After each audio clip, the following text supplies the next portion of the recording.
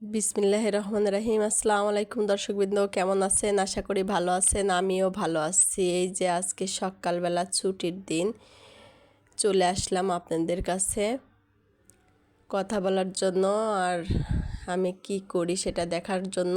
এই মুহূর্তে যারা আমার ভিডিওটা দেখছেন একটা লাইক দিবেন, কমেন্ট করবেন এবং সাবস্ক্রাইব করে দিবেন। আর যারা দিয়েছেন তাদেরকে অসংখ্য ধন্যবাদ। তো কয়েকদিন আগে দেখেছিলেন মেহেদির পাতার এনেছে আপনাদের ভাইয়া বাজার থেকে, সেটা আজকে বাটবো, কারণ আজকে ছুটির দিন আপনার ভাইয়া বাসায় আছে, সেই জন্য ভাবলাম যে বেটে মাথায় দিব। আর কিছু ভাত ছিল রাত্রে, সেটা ভাজতেছিলাম। আজকে আর বেশি নাস্তা করব না, বানাবো না। এই যে মেহেদির পাতা বাটা হয়ে গেছে, সকাল সকাল আপনাদের ভাইয়া বাজারে চলে গেছে। তো বাজার করে আনার আগে আমি মেহেদির পাতাগুলো বেটে নিলাম, যেন আসলে দিয়ে দিতে পারি। ছোট দিন, সকালের নাস্তা খাওয়াও হয় নাই, আমি সব কাজ সেরে নিচ্ছিলাম। তো এই মুহূর্তে আপনাদের ভাইয়া চলে আসছে বাজার থেকে। যে আমি মানে বাজারটা বের করিনি, বললাম যে আগে খেয়ে নাও, তারপরে মানে মেহেদি দিয়ে দেই মাথায়। এরপরে এই সাথেই হচ্ছে যে কাবারগুলো ময়লা হয়ে গেছে, চেয়ারের কাবার, সেগুলো তুলে নিচ্ছিলাম। এরপরে গিয়ে আর কি মাছগুলো বের করব। তো আজকে আবার চুলায় একদমই মানে আগুন নেই বলতে চলে, আমার একটু লেট হয়ে গেছে আস্তে আস্তে। এই মাঝে মাঝে থাকে, মাঝে মাঝে থাকে না। তো আমি ভাবতেছিলাম আগে মাংসটা বসিয়ে দেই, তারপরে আর কি মাছগুলো বের করি। তো চলেন দেখি কি মাছ এনেছে। আর মাংসটা সুন্দর করে একটু নাড়াচাড়া করে দিচ্ছিলাম, যে ভালো করে মাখিয়ে দিলে আর কি আমার ঢাকনা দিয়ে দিলে আমি যেই কাজগুলো অনেকক্ষণ ধরে করতে পারবো, সমস্যা হবে না। আবার খাসির মাংস এনেছে আম্মা, খাসির মাংস খেতে চেয়েছিল, খাসির মাংস আনছে। আর এই যে বাজার করেছে, সব মাছ এনেছে আজকে, নাকি সব মাছ নদীর মাছ।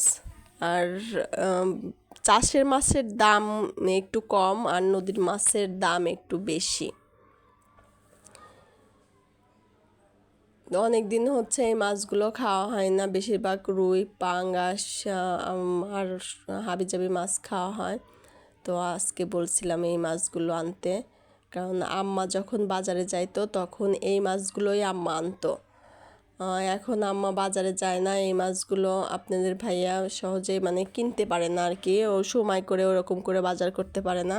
শর্টকাট যেটা হাতের কাছে পাই, এই বাজারগুলো করতে গেলে ভোরবেলায় যাইতে হয় বাজারে, কারণ নদীর মাছ সকাল সকালই সব শেষ হয়ে যায়।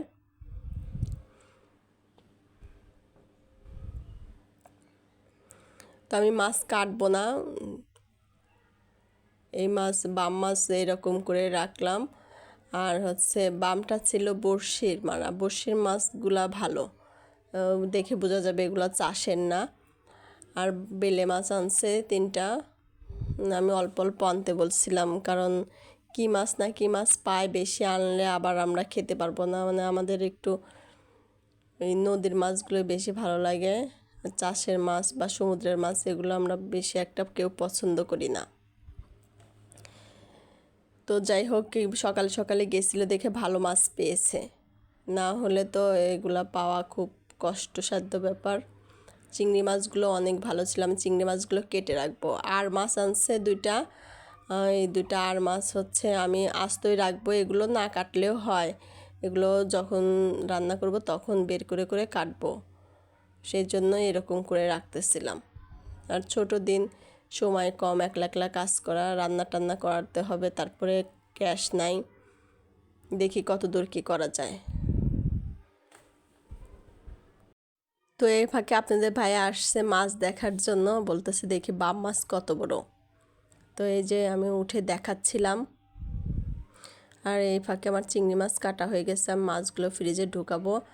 আর এই যে আপনাদের ভাইয়া আজকে একটু বাসায় কাজ করেছে, ফিল্টারগুলো পরিষ্কার করেছে। আমরা যদিও বাইরে থেকে পানি কিনে খাই, তারপরে আবারও ফিল্টারে ঢালি, কারণ যে বাচ্চারা থাকে অনেক সময় ওরা তো আর বড় ইয়াতে জারের থেকে ঢালতে পারে না, সেই জন্য আমি ফার্স্টে টেবিলে কলসিতে রাখি, কারণ জগের পানিতে পোষায় না। জগে আটেই হচ্ছে 2-3 গ্লাস পানি, সেই জন্য যে ওই কলসিটা ঢেলে রাখি। দেখছেন বোধহয় আমার ভিডিও যারা প্রতিদিন দেখেন, একটা কলসি আছে আমার টেবিলের উপরে। এই যে মার এই যে খাসির মাংসটা আমি 4 ভাগ করলাম অল্প অল্প করে, কারণ এটা শুধু মাই খাবে, আমরা তো প্রতিদিন দেখা যাচ্ছে যে এটা সেটা খাচ্ছি, আর প্রতি সপ্তাহে গরুর মাংস আছেই। মার মাংসটাও বসায় দিচ্ছিলাম, যে এই পাশে হইতে থাক, আগুন একদমই কম। তো এই যাই হোক, ইয়ে করে করে আমার গরুর মাংসটা হয়ে গেল। গরুর মাংসটা নামিয়ে এই যে এই মাংসটা বসায় দিয়েছিলাম আর কি। ওই চুলায় গরুর মাংস ছিল, এই চুলায় যেই মার মাংসটা দিলাম। একদমই মানে নিবু নিবু আঁচ, যাই হোক আস্তে আস্তে সেদ্ধ হয়ে যাবে। ঝোল দিয়ে আমি প্রেশার কুকারে দিয়ে দিলাম, যে আর বেশি টাইম নাই, সবাই নামাজ পড়ে খেতে বসবে, আর দেরি করা ঠিক হবে না। রাইস কুকারে ভাত দিয়ে দিয়েছি, অনেকক্ষণ হয়েছে ভাত দিয়েছি, এর মধ্যে অনেক কাজ করছে, ভাত হয়ে যাওয়ার কথা।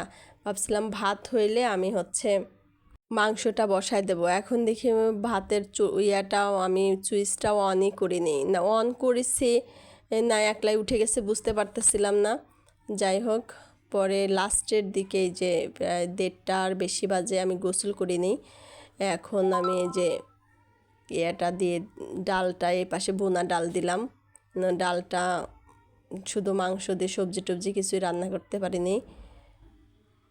যাই হোক, মার মাংসটা সেদ্ধ হয়ে গেছে, শুধু একটু ঝোল কমাইতে হবে, তো আমি ঢেলে ঝোলটা কমায় রাখবো। ডালটা ওই সসপ্যানে দিয়ে এখানে ঢেলে দিলাম।